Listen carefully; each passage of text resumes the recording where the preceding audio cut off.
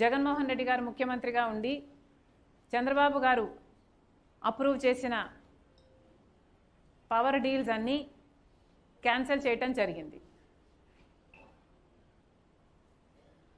మరి చంద్రబాబు గారు జగన్మోహన్ రెడ్డి గారు చేసిన పవర్ డీల్లో అక్రమం జరిగింది అని మేము చెప్పటం కాదు, అమెరికాలో ఉన్న సంస్థలు చెప్తుంటే కనీసం దాని మీద ఎంక్వైరీ వేయాల్సిన అవసరం లేదా?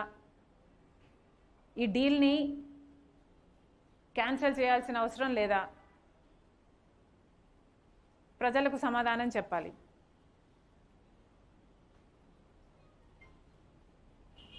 ₹99 పక్క రాష్ట్రాలలో అదే పవర్ నమ్ముతూ ₹2.49 ఆంధ్ర రాష్ట్రం డీల్ చేసుకుంది అంటే మరి ఆంధ్ర రాష్ట్ర ప్రజల మీద ఆ 50 పైసల భారం పడదా?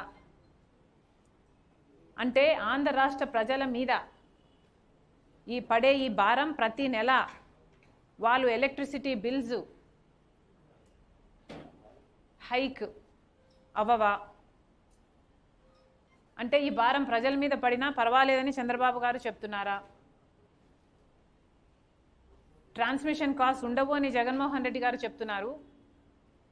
మరి ట్రాన్స్మిషన్ కాస్ట్ లేకపోతే గుజరాత్కి ఇచ్చిన అదే ₹99 మన రాష్ట్రానికి కూడా ఎందుకు ఇవ్వలేదు? ఆ 50 పైసలు మాత్రం ఎందుకు ఎక్కువ చెల్లిస్తున్నారు? మీరు చెప్తున్నారు ట్రాన్స్మిషన్ కాస్ట్ ఉండవు అని, కానీ మీ హయాంలోనే మీ దగ్గర పనిచేసిన విద్యుత్ శాఖ వాళ్ళే ₹70 ట్రాన్స్మిషన్ కాస్ట్లు పడతాయి, హిడెన్ కాస్ట్లు పడతాయని వాళ్ళు చెప్తుంటే మరి దీని మీద మీరేం సమాధానం చెప్తారు? చంద్రబాబు గారు ఏం ఎంక్వైరీ వేస్తారు? అసలు ఏ యాక్షన్ తీసుకోకపోతే ఈ భారం అంతా పడేది ఆంధ్ర రాష్ట్ర ప్రజల నెత్తి మీద కదా. ఎలక్ట్రిసిటీ బిల్స్ హైక్ అయ్యేది ఆంధ్ర రాష్ట్ర ప్రజలకు కాదా?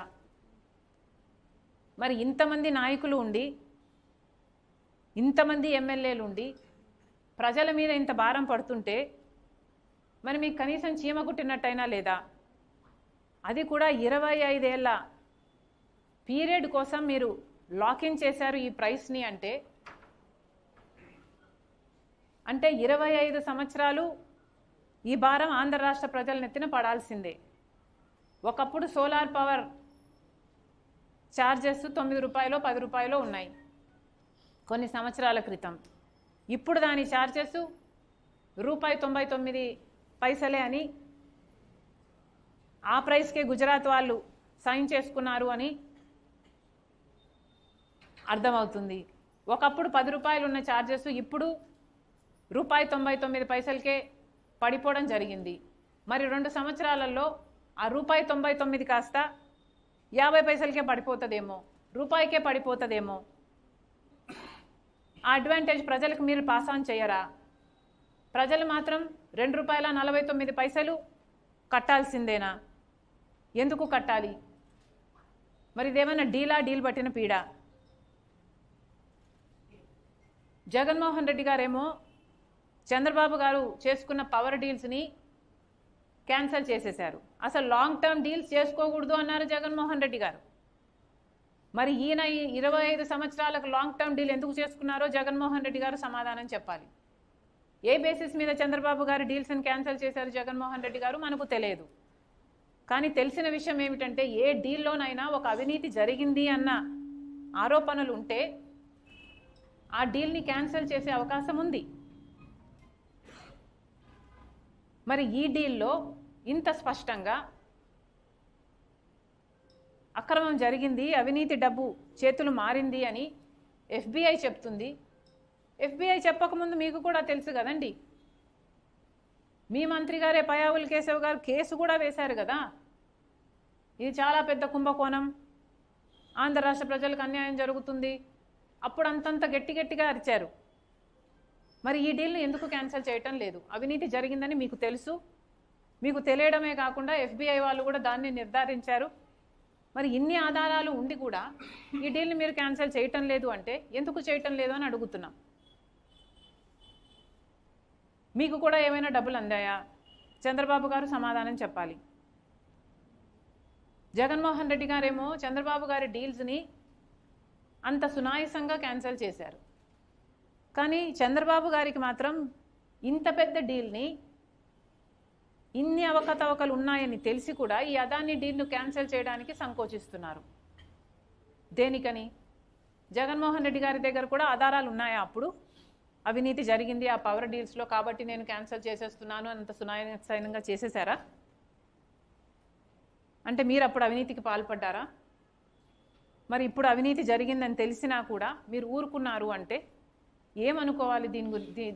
దీని ద్వారా చంద్రబాబు గారు సమాధానం చెప్పాలి. ఆంధ్ర రాష్ట్ర ప్రజలకు సమాధానం చెప్పాలి. ఏ జగన్మోహన్ రెడ్డి గారినైతే ప్రజలు దించారో అదే ప్రజలు ఓట్లేస్తే మీరు గెలిచారు. దయచేసి అది గుర్తుపెట్టుకోండి. ఇలా అడ్డదిడ్డంగా ఆంధ్ర రాష్ట్ర ప్రజలకు అన్యాయం చేస్తే మాత్రం ప్రజలు ఊరుకోరు. ఇప్పటికే చంద్రబాబు గారు ఒకసారి 6,000 కోట్ల రూపాయలు, ఇంకోసారి 11,000 కోట్ల రూపాయలు, మొత్తం 17,000 కోట్ల రూపాయల భారాన్ని ఎలక్ట్రిసిటీ బిల్స్ ద్వారా ప్రజల నెత్తిన మోపి వాళ్ళ నుంచి రక్తం పిండి మరీ వసూలు చేయడానికి సిద్ధపడ్డారు.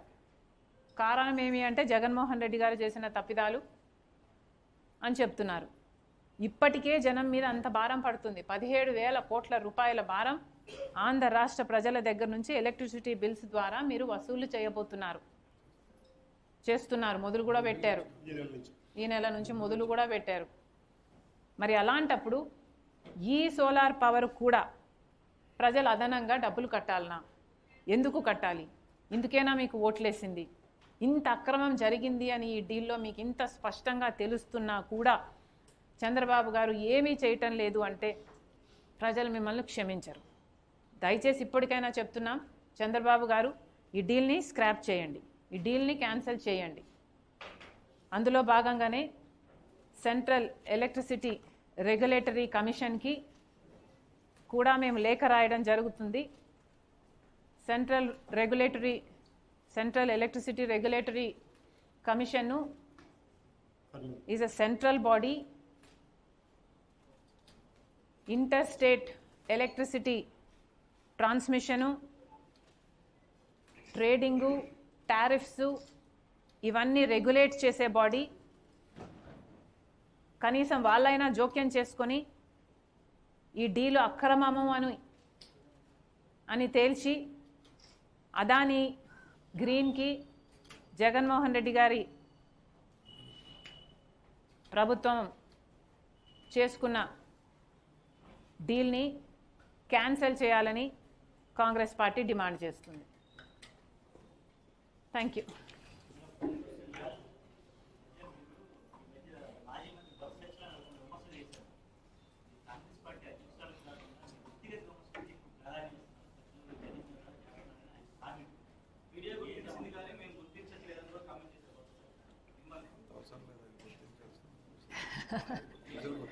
ఆయన గుర్తించాల్సిన అవసరం లేదు, ప్రజలు గుర్తిస్తే చాలు. బొత్స గారికైనా వైసీపీ వాళ్ళకైనా నేను పర్సనల్ కమెంట్స్ చేస్తున్నాను అని వాళ్ళు అంటున్నారు. పచ్చకామర్లు కమ్మినోనికి లోకమంతా పచ్చగానే కనిపిస్తుందట. వైసీపీ నాయకునికి, వైసీపీ లీడర్లకి నేను చెప్పాల్సింది ఏమిటంటే, మీకు నాతో పర్సనల్ ఇష్యూస్ ఉన్నాయి కాబట్టి, నాకు కూడా మీతో పర్సనల్ ఇష్యూస్ ఉన్నాయి అని మీరు భావించి మీరు నన్ను పర్సనల్గా అటాక్ చేసినట్టే నేను కూడా మిమ్మల్ని పర్సనల్గానే అటాక్ చేస్తున్నాను అన్నది మీ భావన. నిజానికి నేను వైసీపీ నాయకుల పర్సనల్ విషయాలు మాట్లాడడం మొదలు పెడితే వాళ్ళు కనీసం ఇంట్లో నుంచి అడుగు కూడా బయట పెట్టలేరు. నేనా పర్సనల్గా మాట్లాడుతున్నది? అయినా ఏది పర్సనల్ అండి? మీరు చేసిన అక్రమాలు, అవినీతి ఎంత ఎత్తునున్నాయంటే మీరు అధికారంలోంచి దిగిపోయిన 6 నెలలకు కూడా ఇంకా మాట్లాడినా తీరటం లేదు. ఏది పర్సనల్ అండి? ఋషికొండని గొరిగేశారు, మీరు ప్యాలెస్ కట్టుకున్నారు, మీ బాత్రూంలో నుంచి కూడా మీకు సీ వ్యూ కావాలని. ఇది మాట్లాడితే ఇది పర్సనల్ అవుతుందా? మీ బాత్రూంలో మీకు పర్సనలే అవ్వచ్చు, కానీ ఋషికొండ అనేది ప్రజలది కదా, దాన్ని కదా మీరు గొరిగేసింది. ఏం మాట్లాడామండి పర్సనల్గా? పూర్తి మద్యపాన నిషేధం అని చెప్పారు. మీరు అమ్మబడి కింద ఇచ్చింది ఒక కొంత అయితే 4 వంతులు ప్రజల నుంచి వసూలు చేశారు మద్యంలో. అది కూడా నాసిరకం మద్యం సప్లై చేసి వాళ్ళ ప్రాణాల మీదకి వచ్చేటట్టు చేశారు. అది పర్సనల్ అవుతుందా? ఏది పర్సనల్ అవుతుందండి? ఆ రాజీవ్ ఆరోగ్యశ్రీకి బకాయిలు పెట్టారు, ఫీజు రీయింబర్స్మెంట్కి బకాయిలు పెట్టారు, మేము మాట్లాడితే అది పర్సనల్ అవుతుందా? రాజశేఖర్ రెడ్డి గారి జలయజ్ఞం 40 ప్రాజెక్టులకు పైగా ఉన్నాయి, మిగిలిపోయినాయి. అధికారం లేకొచ్చిన 6 నెలలకే పూర్తి చేస్తామని మీరు నవరత్నాలలో పెట్టుకున్నారు దాన్ని. మరి 5 సంవత్సరాల అధికారంలో ఉన్నారు, పూర్తి చేయలేదేమని మేము అడిగితే ఇది పర్సనల్ అవుతుందా? రైతుల గురించి 5 సంవత్సరాలు మీరు అధికారంలో ఉన్నారు, ప్రతి సంవత్సరం 3,000 కోట్ల రూపాయలు రైతులకు ధర స్థిరీకరణ నిధి పక్కన పెడతామని చెప్పారు, పెట్టలేదు. 4,000 కోట్ల రూపాయలు పంట నష్టపోతే పంట నష్ట పరిహారం అన్నారు, పెట్టలేదు. రైతులంతా అప్పుల పాలైపోయారు, అయినా కనీసం మీరు డ్రిప్పుకు కూడా సబ్సిడీ ఇవ్వలేదు. ఇది మాట్లాడితే ఇది పర్సనల్ అవుతుందా? ఏది పర్సనల్ అవుతుంది? ఎట్లా పర్సనల్ అవుతుంది? అదానీతో మీరు చేసుకున్న డీలు 1,750 కోట్ల రూపాయలని నేనేదో కనుక్కోలేదండి, అమెరికాలో కనుక్కున్నారు. అది మేము ఎత్తి చూపితే అది పర్సనల్ అవుతుందా? గంగవరం పోర్టు రాజశేఖర్ రెడ్డి గారు 30 సంవత్సరాలలో పోర్టు మళ్ళీ ప్రభుత్వం చేతుల్లోకి రావాలి అని ఉద్దేశిస్తే మీరు మాత్రం అదానికి కేవలం 600 కోట్ల రూపాయలకు 9,000 కోట్లు విలువ చేసే ప్రాజెక్టుని షేర్ని మీరు 600 రూపాయలకు కట్టబెట్టేశారు. 15 సంవత్సరాలు అయ్యేపోయింది, ఇంకో 15 సంవత్సరాలకు ఆ ప్రాజెక్టు ఆ పోర్టు మళ్ళీ ప్రభుత్వం చేతిలోకి వచ్చేది. అది మేము మాట్లాడితే ఇది పర్సనల్ అవుతుందా? పోనీ ఏది పర్సనల్ అవుతుందో చెప్పండి. వివేకానంద రెడ్డి గారి గురించి మాట్లాడితే పర్సనల్ అవుతుందా? వివేకానంద రెడ్డి గారు ప్రజల మనిషి కాదా? ఎన్నిసార్లు ఎన్నికయ్యాడు? మరి అలాంటి వాడు, అంత గొప్ప నాయకుడు వివేకానంద రెడ్డి గారు, ఈయనను హత్య చేయించారు అని సిబిఐ అవినాష్ రెడ్డిని ఛార్జ్ షీట్లో చేరిస్తే అలాంటి వాళ్ళని మీరు పక్కన పెట్టుకొని తిరుగుతున్నారని మేము అంటే అది పర్సనల్ అవుతుందా? సోషల్ మీడియాలో మీ సైతాన్ సైన్యం చేత నా క్యారెక్టర్ అసాసినేట్ చేశారు, ఇది నేను మాట్లాడితే అది పర్సనల్ అవుతుందా? నన్నే కాదు కదా, ఎంతమంది మహిళలను, మిగతా లీడర్ల భార్యలను కూడా, వాళ్ళ ఇంట్లో ఆడవాళ్ళను కూడా మీరు అనలేదా? మరి ఇది సోషల్ ఇష్యూ కాదా? నా పర్సనల్ ఇష్యూ అవుతుందా? ఎలా పర్సనల్ అవుతుందండి? మొన్నెవరో నాకు ఒక మీమ్ చూపిస్తా ఉన్నారు, ఆ ఫోన్లో ఆ మీమ్ చూస్తే ఒకరు జగన్మోహన్ రెడ్డి లాగా మాట్లాడుతున్నారు. మా చిన్నాయనను నేను హత్య చేస్తే మీకేంటి నష్టం అని. మా చిన్నాన నేను చంపుకుంటా, నేను నరుక్కుంటా, మీకేంటి నష్టం? నా చెల్లి నేను నెత్తిన పెట్టుకుంటా, లేకపోతే క్యారెక్టర్ అసాసినేట్ చేస్తా, మీకేంటి నష్టం? నా తల్లి కోర్టుకి ఈడుస్తా, మీకేంటి నష్టం? మా నాన్న సిబిఐ ఛార్జ్ షీట్లో చేరుస్తా, మీకేంటి నష్టం? మా చిన్నాన్న, మా చెల్లి, మా అమ్మ, మా నాన్న నేనేం చేసుకుంటే మీకే అని అడుగుతున్నారు జగన్ రెడ్డి క్యారెక్టర్. ఏమనాలి? ఇది పర్సనలా? మీది sick mindset, that's what it is. వీళ్ళకి నేను చెప్పాల్సిందల్లా, నేను పర్సనల్గా మాట్లాడటం లేదండి. వాస్తవం ఏమిటి అంటే జగన్మోహన్ రెడ్డి గారు క్రెడిబిలిటీని కోల్పోయారు, విశ్వసనీయతను కోల్పోయారు. దాన్ని మాత్రమే ఎత్తి చూపుతున్నాం. నేను కాంగ్రెస్ పార్టీ అధ్యక్షురాలన్న సంగతి నాకు చాలా బాగా గుర్తుంది. ప్రభుత్వ వైఫల్యాలను, చంద్రబాబు గారి వైఫల్యాలను, అలాగే అవసరమైతే ఇంతకు ముందు ప్రభుత్వ వైఫల్యాలను మాట్లాడాల్సిన అవసరం నాకుంది. నా విధి. నేను మాట్లాడతా. ఎంతవరకు మాట్లాడాలో అంతవరకు నేను మాట్లాడాలి. అది నా విధి. ఇంకా దాన్ని మీరు పర్సనల్ అంటే నేను చేయగలిగింది ఏం లేదు. That's your problem, not mine.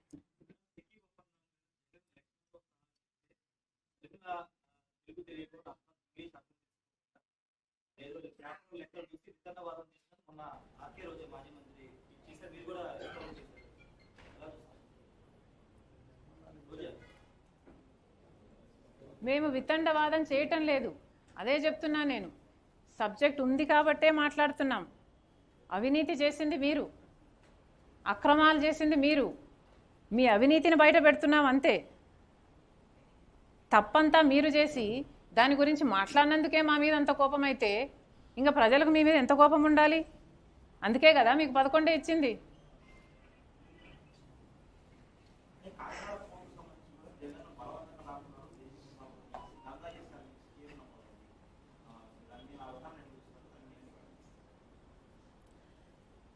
ఒక కాకినాడ పోర్టే కాదు, ఇప్పుడు వచ్చిన అలిగేషను కాకినాడ పోర్టులో జగన్మోహన్ రెడ్డి గారు ఆయన దగ్గర వాళ్ళు ఒత్తిడి చేసి ఆ షేర్స్ని రాపించుకున్నారు, తక్కువ ధరకే రాపించుకున్నారు అన్నది అలిగేషను. ఇదే డిట్టో అలిగేషను కృష్ణపట్నం పోర్టుకు కూడా ఉంది. గంగవరం పోర్టులో కూడా ఇదే జరిగింది. కాకపోతే అది ప్రభుత్వ వాటా, ప్రజల ఆస్తి. ఇదే జరిగింది. అన్ని పోర్ట్ల మీద ఎందుకు ఎంక్వైరీ వేయటం లేదు అని అడుగుతున్నాం చంద్రబాబు గారిని. అక్రమం జరిగింది, అవినీతి జరిగింది అని మీరు రోజు బ్యానర్ ఐటంలు పెట్టి రాస్తున్నారు కదా, మరి ఎంక్వైరీ కూడా జరగాలి కదా, శిక్ష కూడా పడాలి కదా, దోషులు ఎవరో తేలాలి కదా. చేయండి, ఎంక్వైరీ వేయండి. అన్ని పోర్ట్ల మీద ఎంక్వైరీ వేయండి. గంగవరం మీద వేయండి, కృష్ణపట్నం మీద వేయండి, కాకినాడ పోర్టు మీద కూడా వేయండి.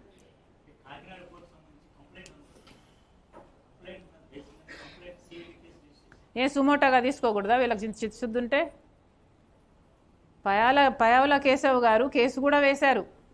ఇదే అదాని గ్రీను జగన్మోహన్ రెడ్డి గారి ప్రభుత్వం చేసుకున్న డీలు అక్రమం అని ఆ పేపర్లు కూడా తెప్పిస్తున్నాం. Probably I'll be able to show you tomorrow. మరి మీరు కేసు కూడా వేశారు కదా, మరి ఆ కేసు గురించి చంద్రబాబు గారే ఏం చేయకపోతే ఇంకా మిగతా వాళ్ళు ఏం చేస్తారు అనుకోవాలి?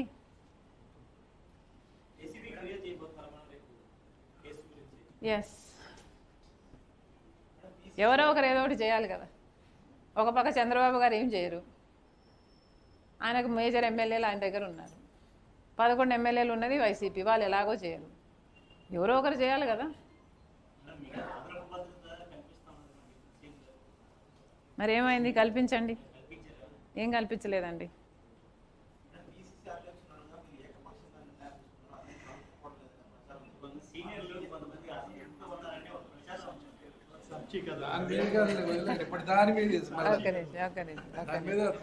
ఏదైనా ఒక సీనియర్ వచ్చి, కాంగ్రెస్ పార్టీ సీనియర్ వచ్చి మమ్మల్ని షర్మిలమ్మ పట్టించుకోవటం లేదు అని ఎక్కడైనా మాట్లాడారా? మీరెవరైనా విన్నారా? పోనీ మాట్లాడించగలరా? ఒక సీనియర్ దగ్గరికి వెళ్ళి షర్మిలమ్మ పట్టించుకోవట్లేదు అని మీరు మాట్లాడించగలరా? మాట్లాడించండి, చూద్దాం. ఇందులో ఏమాత్రం వాస్తవం లేదు.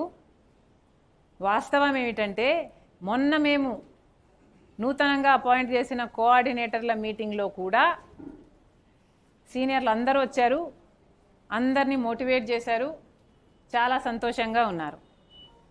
మీరు ఏదో పదవుల నుంచి తీసేసిన వాళ్ళ మాటలను పట్టుకొని నా మీద నన్ను అడగడం ఈజ్ నాట్ ఫేర్. పదవులను ఎందుకు తీసేశారండి? కాంగ్రెస్ పార్టీలో ఉన్న పదవుల్లో ఉన్న వాళ్ళని తీసేశారు అంటే ఎందుకు తీసేశారు? వాళ్ళు సరికాదనే కదా పదవుల్లోంచి తీసేశారు. మరి అలాంటి వాళ్ళ మాటలకు మీరు వాల్యూని ఇస్తున్నారు అంటే మీరు అనవసరంగా ఇస్తున్నారు.